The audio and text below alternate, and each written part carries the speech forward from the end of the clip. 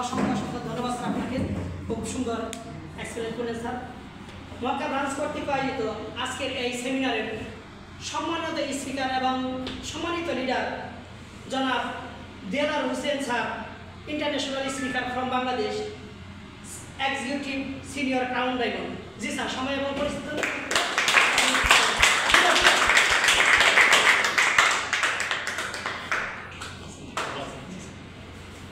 সময় আছে।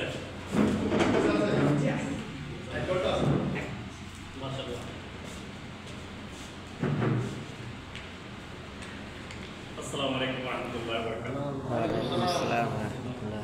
Good morning DXN. Good morning DXN. আপনারা সবাই কেমন আছেন? আলহামদুলিল্লাহ। এই ঘুমাচ্ছেন নাকি? না, দেনে আছে। দেন আছে।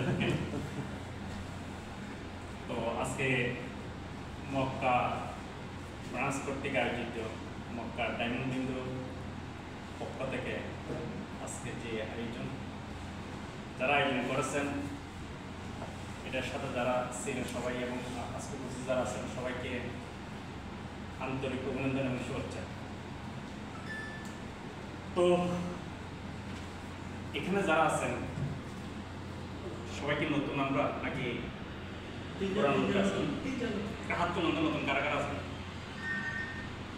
বাকিগুলো পুরান না। তো সময় সংক্ষিপ্ত, সংক্ষেপে কিছু কথা বলবো, দু চারটা বিষয় নিয়ে আলোচনা করবো ইনশাল্লাহ। তো শেষ পর্যন্ত আপনার ধৈর্য সহকারে বসার অনুরোধ করতেছি, পাশাপাশি মোবাইলটা একটু সাইলেন্ট রাখি।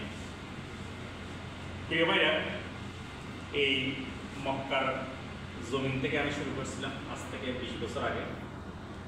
তখন এরকম কোনো অফিস ছিল না। আমি যাতে থেকে একজন কাছ থেকে দাওয়াত পেয়ে এখান থেকে গিয়ে 78 কিলোমিটার, আমি হিসাব করার সময় দেখছিলাম, পরবর্তী হিসাব করি নাই, এবং গুগলে চেক করলে দেখা যায় 78 কিলোমিটার সিটি সেন্টার আর এভাবে বলা হয়।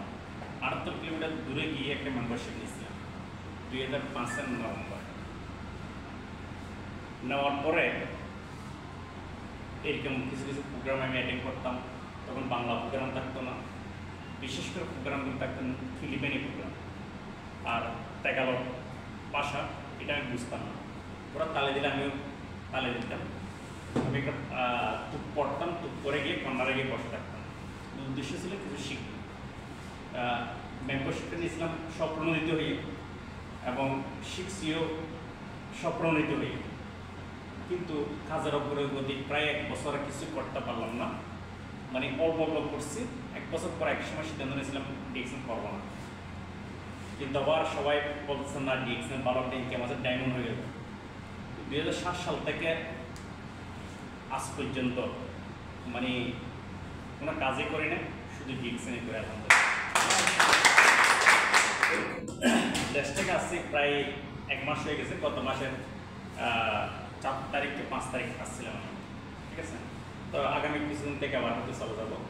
তো নির্দিষ্ট করে আসি নাই কদিন থাকবো, তবে কাজের উপর ডিপেন্ড করে থাকবো। তো প্রিয় ভাই, এটা এই জন্য বলতেছি, যারা পুরান এবং যারা নতুন যারা আছেন, ম্যাক্সিমাম লোক আমরা এখানে প্রবাসী, সবাই আমরা চাকরি করি করতে গেলে। 2-4 জন ছাড়া এখানে 1 জন 2 জন আর 2-4 জন হয়তো উনি এরকম, আর বাবাদের কাছে জিজ্ঞাসা করলে হয়তো 1 জন 2 জন বলবেন। এই 2-4 জন ছাড়া বাকিরা সবাই আমরা চাকরি করি, ঠিক কিনা? তো যারা ব্যবসা করেন, যারা চাকরি করেন, তারা কিন্তু এক সময় এই দেশ থেকে চলে যেতে হবে, যেতে হবে কিনা? তো যাওয়াটা যদি আপনার যদি একটা যদি ইনকাম না থাকে বাংলাদেশে, তো কি আমরা কি করব? নিজেকে একটু প্রশ্ন করেন। আর বর্তমানে যে কাজটা করতেছেন, কতটুকু আপনারা স্যাটিসফাইড আপনাদের ইনকাম? সবসময় টেনশনে থাকে, ইনকাম যে সব বন্ধ হয়ে যেতে পারে, হইতে পারে না? ব্যবসা বন্ধ হইতে পারে। কেন এবার দেখলাম আসার পরে শুনছি ম্যাক্সিমাম ব্যবসায়ীরা ক্ষতিগ্রস্ত না। সব একামার মক্কার একামা হলেও সবাইকে রাস্তা পাঠা দিচ্ছে তসিরা না থাকার কারণে। ব্যবসা থাকার পর ওরা ব্যবসা খুলতে পারে না, অনেকের রিক্রুট হয়েছে নাকি? তাহলে আগামীতে কি হবে? আগামীতে কি ভালো কিছু হবে? আরো কঠিন হইতে পারে না? তাহলে এই কঠিন সময়ে এবং পরবর্তী বাংলাদেশে যাওয়ার পরে আপনার লাইফটা কিরকম হবে একটু চিন্তা করতে হবে। অনেক করুণ হবে, তাই না? তো আমাদের দাওয়াতটা হলো, আমরা যে দাওয়াতটা দিই সবাইকে, আমরা যে যে কাজ করি মূল কাজটিকে রেখে যদি আমরা এমন একটা কাজের সুযোগ পাই, সেটা যদি দেশের আইনগুলো যদি বৈধ হয়ে থাকে, সেটা যদি সেবামূলক হয়ে থাকে এবং সেটা যদি সম্মানমূলক হয়ে থাকে এবং সেটার মাধ্যমে যদি বাংলাদেশে গেলেও ইনকাম থাকে এবং মৃত্যু পরেও পরবর্তী জেনারেশন যদি ইনকাম পায় এবং এটার মাধ্যমে যদি দেশ বিদেশ ভ্রমণ করার সুযোগ থাকে, তাহলে আমরা করবো না? আমাদের এই ধরনের সুযোগ সুবিধাগুলি আছে। এগুলি সব সুযোগগুলি আমার পূর্ববর্তী বক্তারা এগুলি বলে গেছে, এগুলি সব আপনারা এখানে এই প্ল্যাটফর্মের মাধ্যমে পাবেন। তাই যদি ভ্রমণ করতে হবে একটা গ্যারান্টিযুক্ত সিকিউরিটিযুক্ত একটা ইনকাম অর্জন করতে হবে, বাংলাদেশে এগুলো ইনকাম থাকবে। কারণ এখন আমি বাংলাদেশে অবস্থান করতেছি, আমি লিঙ্ক রোডে থাকি, ঠিক আছে, ঢাকা লিঙ্ক রোডে থাকি। আমাদের অফিস হলো বারিধারা, আমেরিকা এম্বাসির অফিস নতুন পাশে। তো আমি দেশ থেকে আসতেছি, আপনারা যারা কাজ করতেছেন ওদেরকে দেখতে আসতেছি, তাহলে আমি একজন আপনাদের সামনে প্রমাণিত। আমি 2019 সালে ফাইনাল এক্সিটে চলে গেছি, এরপর আসে আমি উমরায় আসে অথবা ভিজিটে আসতেছি এদিকে, এরপর অন্য দেশে থাকি, এইভাবে চলতেছে।